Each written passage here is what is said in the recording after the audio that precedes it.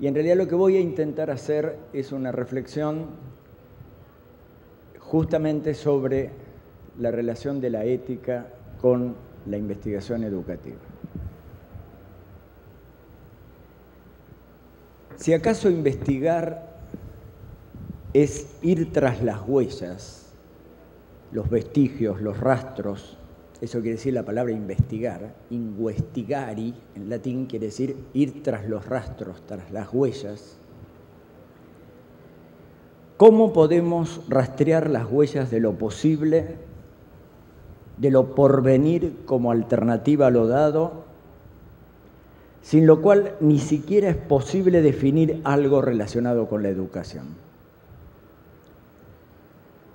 Cuidar lo posible y alternativo me parece el primer valor ético en el marco de la investigación educativa. Si acaso investigar es también entender, intelegir, leer adentro lo que pasa, lo que acontece, ¿cómo es posible leer sentidos que están significados por alfabetos tan distintos como el deseo de aprender y el poder de enseñar? Reconocer el deseo de saber que constituye la unicidad de lo singular y lo público como criterio básico de legitimación del poder constituyen, en mi opinión, un segundo valor en la investigación educativa. Finalmente, si acaso investigar es también hipotetizar, analizar, explicar, ¿cómo podemos seleccionar variables, establecer criterios, construir teorías en un campo tan complejo como la educación, donde inciden y se cruzan, por un lado, lo político, lo económico, lo social, lo cultural, y por otro lado, lo cognitivo, lo emocional, lo corporal? Prudencia metodológica capaz de dar cuenta de lo no atendido en lo atendido y estudiado y por qué, me parece constituye un tercer nivel de valores en el marco de la investigación educativa. Sin embargo, estos tres niveles de valores, hoy día ineludibles en la investigación educativa y en las ciencias sociales, suponen paradójicamente algo así como una indecidibilidad ética, algo así como una suspensión en el sentido fenomenológico de la epogé, poner entre paréntesis, de la responsabilidad ante la interpelación de la exterioridad.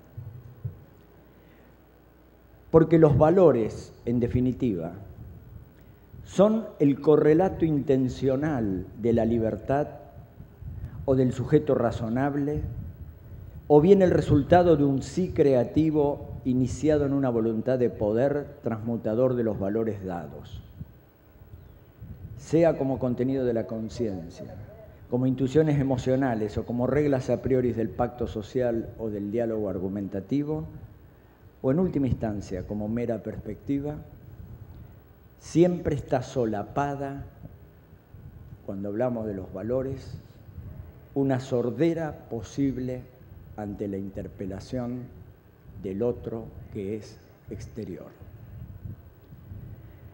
Quiero decirles, y esta será en cierto sentido la tesis básica de esta conferencia, la mera perspectiva axiológica, o sea, la mirada de los valores, no supera en última instancia la soledad nociológica, porque es en última instancia y justamente una perspectiva.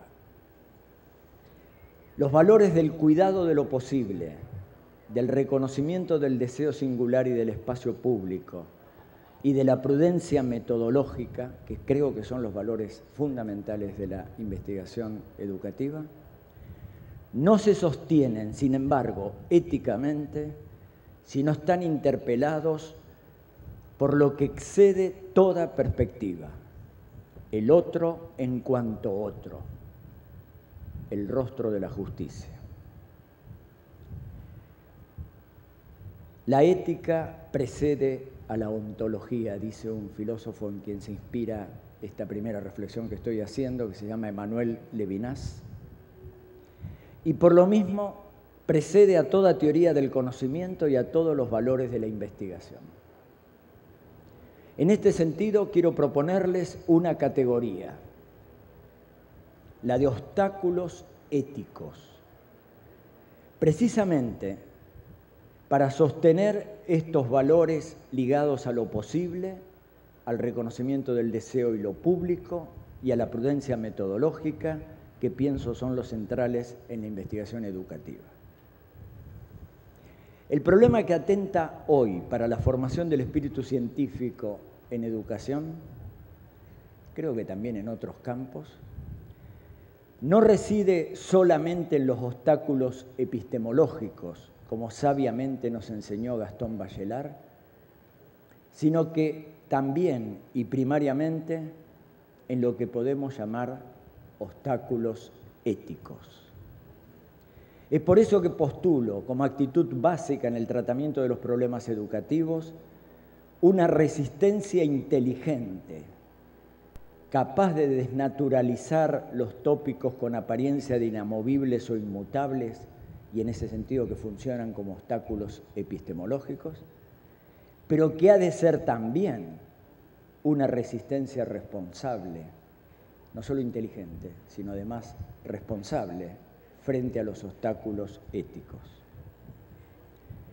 Es que no se trata meramente de transmutar o subvertir todos los valores, sino de justificar, en el sentido de hacer justa toda crítica, sabiendo que siempre estamos interpelados por lo que siempre será exterior a nuestra inteligencia, el otro en cuanto otro, que es otro justamente porque siempre es irrepresentable. La resistencia inteligente implica desenmascarar todas las naturalizaciones que nos impiden cada vez que investigamos en educación imaginar lo posible. Todos los corporativismos que nos impiden legitimar públicamente los resultados y los procesos de nuestra producción académica. Y también todos los reduccionismos que nos impiden encontrar con razones el justo medio que nos haga metodológicamente prudentes, es decir, buenos investigadores. Pero esta resistencia inteligente es responsable, porque desde siempre se sabe vulnerable a la interpelación del otro. Y entonces, y quiero ser muy claro, la crítica es o un gesto de acogida y hospitalidad, o bien un gesto de rechazo y de violencia, pero siempre es una respuesta.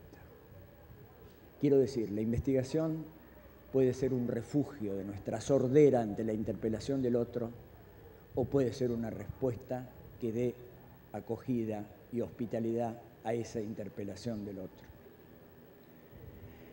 La hipótesis que manejamos es que nuestra memoria crítica, la que nos da identidad de teóricos, al menos desde que se distinguió la mera doxa, la mera opinión de la episteme o la ciencia, no solo, como denunció Heidegger, se ha olvidado de lo único digno de ser pensado, el ser como acontecer, diferencia, voluntad de poder, sino que también se ha olvidado de lo único que no puede ser meramente pensado, la dignidad, que nos interpela como exterioridad, que está más allá de la esencia, es decir, la justicia de la que somos responsables desde siempre. Así como rechazamos con toda la fuerza de la tradición moderna todo intento de moralizar la investigación, haciendo de ciertos temas, como pasó durante mucho tiempo, territorios sagrados, no profanables o simplemente intocables, y rechazamos también todo intento de calificar, como hacen algunos con mucha ligereza, ciertos enfoques teóricos o metodológicos como antinaturales o inhumanos, también rechazamos, y esto es de lo que estoy hablando en esta conferencia, con toda la fuerza de la geografía de la exclusión, la ilusión de fuerte tradición moderna de separar y autonomizar completamente el campo de la ciencia del de la ética y por lo mismo también de la política. ¿Pero por qué? Porque detrás de esto se esconde una forma de imponer el monoteísmo secularizado del pensamiento único, ese que se cree invulnerable a toda exterioridad y a toda interpelación del otro. Quiero decirles, rechazamos con la misma fuerza que rechazamos la moralización de la ciencia, este abismo entre ética y ciencia, que en última instancia son formas etnocéntricas de la racionalidad dominadora. Demasiado tiempo el campo educativo soportó la censura moralizante, y está bien que hayamos despertado del sueño dogmático, pero estimados compañeros y amigos, ya tenemos demasiado tiempo de pretendida asepsia en nombre de una universalidad abstracta que en el fondo es un pensamiento único y que siempre es una censura política. Despertemos entonces también del sueño de un monoteísmo secularizado o de un progreso excluyente, como diría Carlos Fuentes. Ese progreso que pretende guardar celosamente el monopolio de las buenas y únicas respuestas a los problemas educativos. Ni moralizar la investigación educativa, ni pretender desvincularla de la ética y de la política. Este es el desafío del cual tratará esta conferencia, discutiendo primero la noción de obstáculo ético, presentando los principales y terminando mostrando cómo investigar en educación es siempre un acto ético-político y en qué sentido. Entonces, primero quiero detenerme un poquito en la noción de obstáculo ético.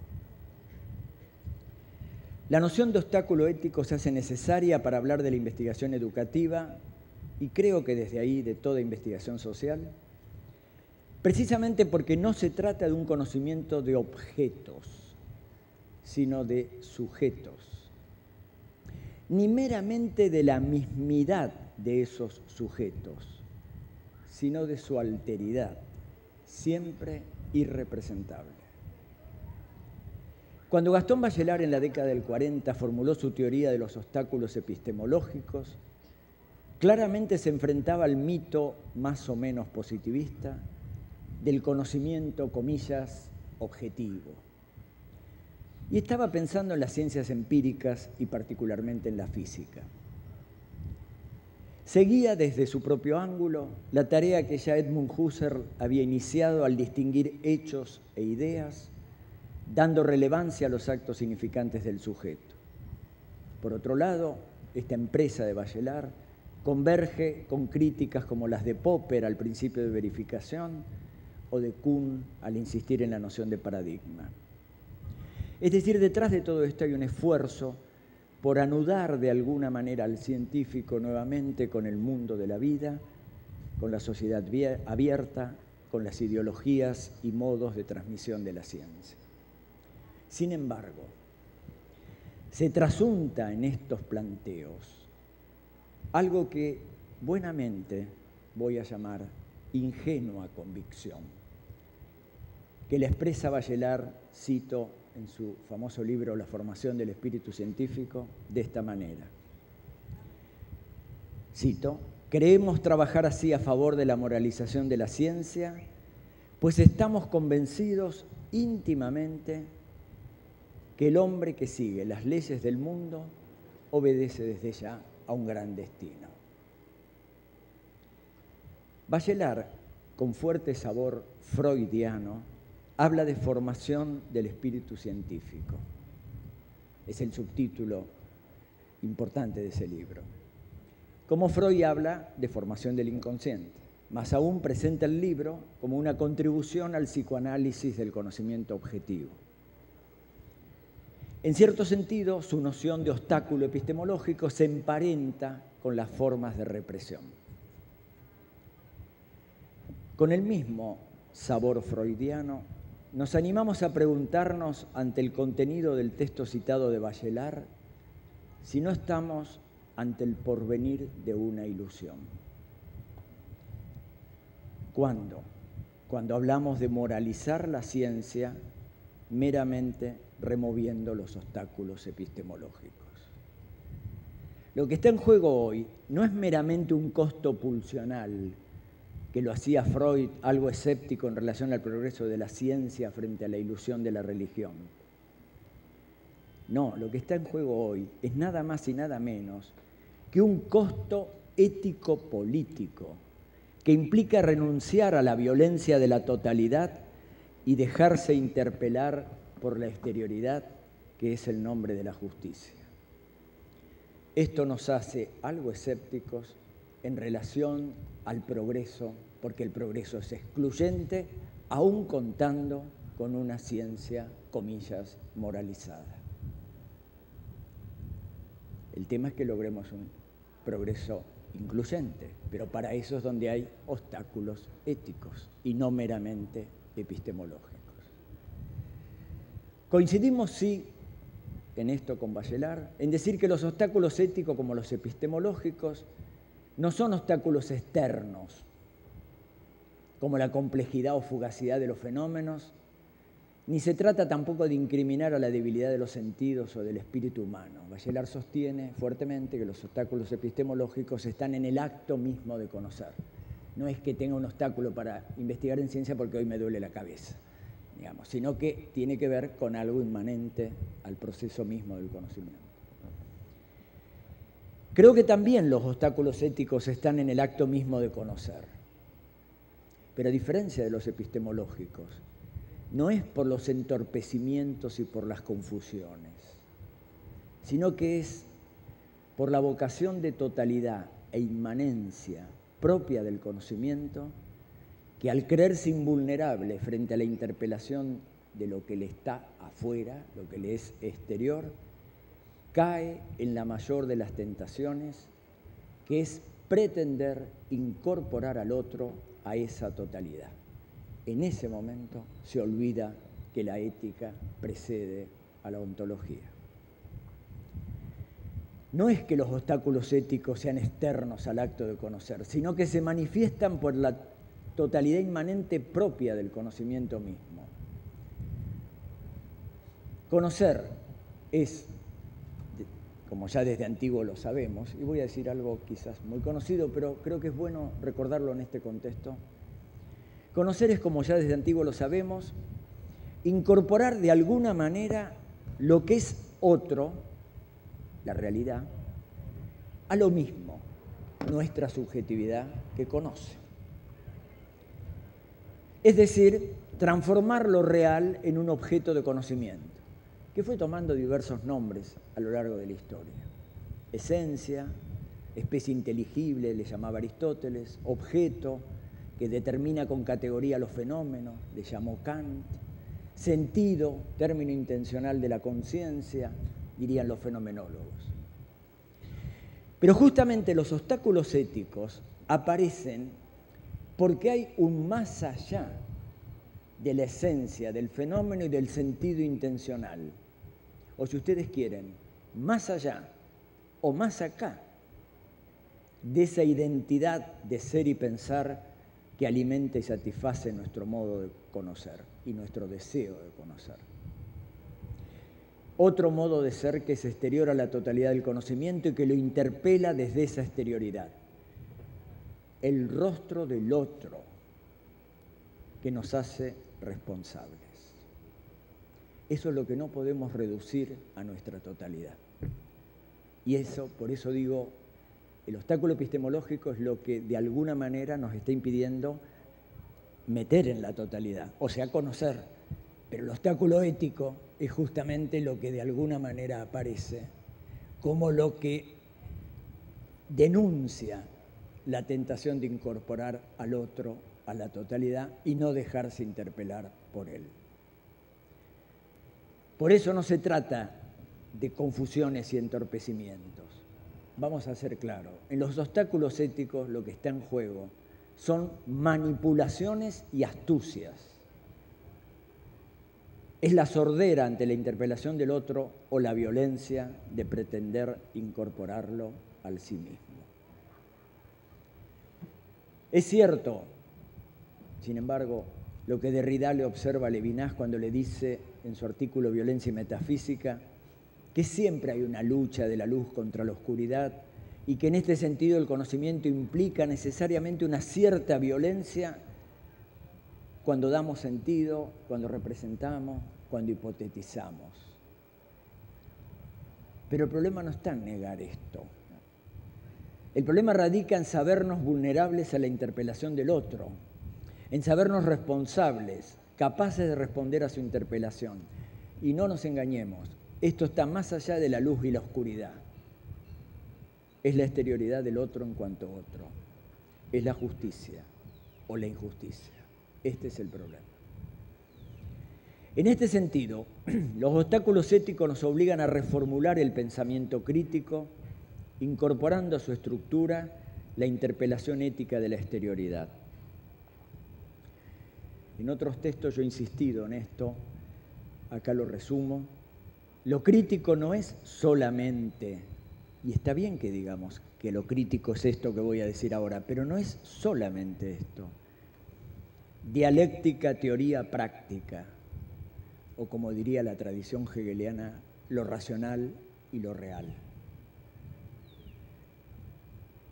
Que entonces me permite totalizar una identidad que incluye en su seno la diferencia, sujeto, objeto, lógica, historia, ética, política, etc.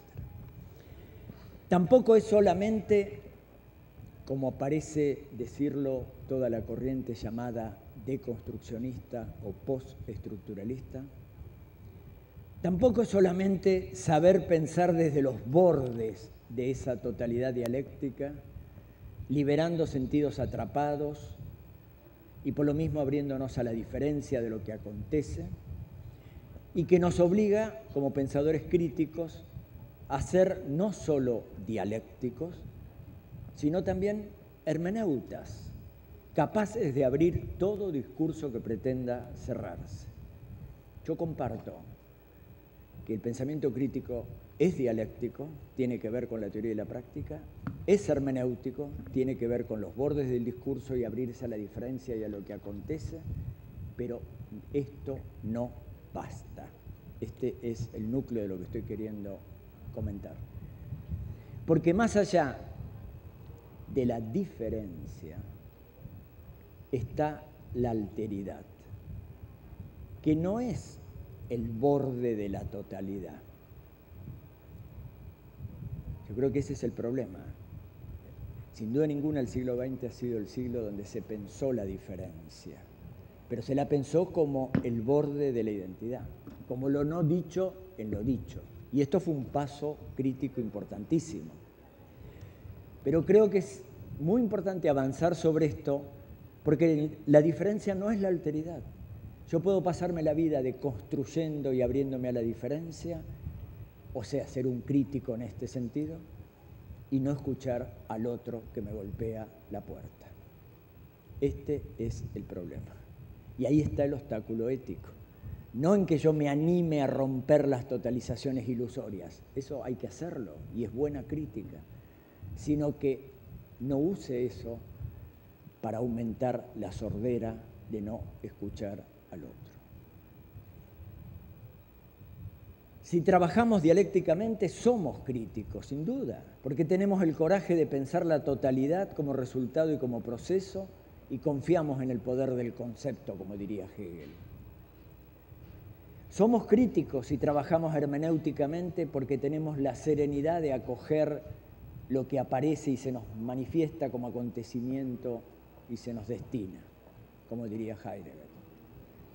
Pero solo justificamos nuestra crítica dialéctica y hermenéutica, y esta es la tesis, si nos sabemos vulnerables, pero en el sentido de interpelados por el otro en cuanto otro, cuya epifanía se da en el rostro del pobre el huérfano, la viuda, el extranjero, dice Levinas, y si ustedes me permiten, yo lo traduciría en un lenguaje más claro para nosotros, el excluido. Simplemente el excluido. A mí me parece pertinente, en esta introducción a la idea de obstáculo ético que estoy tratando de comentar, traer dos reflexiones que me parecieron un avance importante en pensar la relación de la ética con la ciencia y la investigación, pero que en mi opinión son todavía insuficientes. Una es la de Habermas sobre los intereses del conocimiento. Habermas toma la noción de interés de la tradición kantiana y aclara bien que no se trata de problemas de motivación o de tendencia, sino que se trata de los intereses propios de la razón misma en el acto de conocer, que llevan consigo una lógica peculiar en cada caso. Nos interesa acá traer a colación lo que Habermas llama, seguramente esto es conocido por ustedes, el interés emancipatorio, que define la lógica propia de las ciencias críticas, las que él llama ciencias críticas, a diferencia del interés manipulatorio o utilitario, que para él es el que marca las ciencias empírico-analíticas, o el interés que él llama de comprensión, que es el propio de las ciencias sociales o históricas. El interés emancipatorio se caracteriza porque abre un horizonte ético ligado a los ideales de libertad, igualdad, fraternidad, que están indicando cuáles son los supremos intereses de la razón. Si bien estos ideales están supuestos en toda acción comunicativa, siguen cayendo en una falacia. Implican aceptar que la razón moderna, que depende de ella, es universal y única. La pretendida madurez del hombre que puede pensar sin tutores. Yo creo que la teoría de los intereses del conocimiento avanza sobre la teoría de los obstáculos epistemológicos. Avanza. Porque no solo confía para moralizar la ciencia en un progreso científico sobre la base de remover obstáculos, sino que se ve necesario especificar un interés del conocimiento en la misma razón por emancipar de toda violencia externa e interna para poder moralizar la humanidad. Pero insisto, esta teoría sigue siendo fundada en una razón supuestamente invulnerable, porque el interés emancipatorio es un horizonte de la razón misma. Y aquí aparece el obstáculo ético. Porque esta racionalidad dialógica que sostiene el interés emancipatorio y define lo crítico es supuestamente modelada por la tradición moderna eurocéntrica y declarada, sin embargo, universal sin más. Es el disfraz crítico del pensamiento único. Está claro, esto se diferencia del ropaje dogmático, no tengo ninguna duda. Y si me dan a elegir entre el ropaje dogmático y los intereses del conocimiento, me quedo con los intereses del conocimiento. Pero el tema es que acá no se acaba el problema. Esto es lo que estoy queriendo decir. ¿Por qué creo que no es suficiente? Porque en última instancia, este tipo de manera de entender el interés emancipatorio del conocimiento sigue sin aceptar la interpelación de una exterioridad en cuanto tal. Si algo aparece como exterior, es porque no puede o no quiere dialogar con estas reglas de juego que están impuestas a priori a la razón, y entonces, y es histórico esto, Habermas intervino en el debate sobre si la OTAN tenía que intervenir o no en Kosovo cuando hubo la denuncia de violación de los derechos humanos, y él sostuvo que como no podían dialogar con ellos, había que ejercer un paternalismo responsable.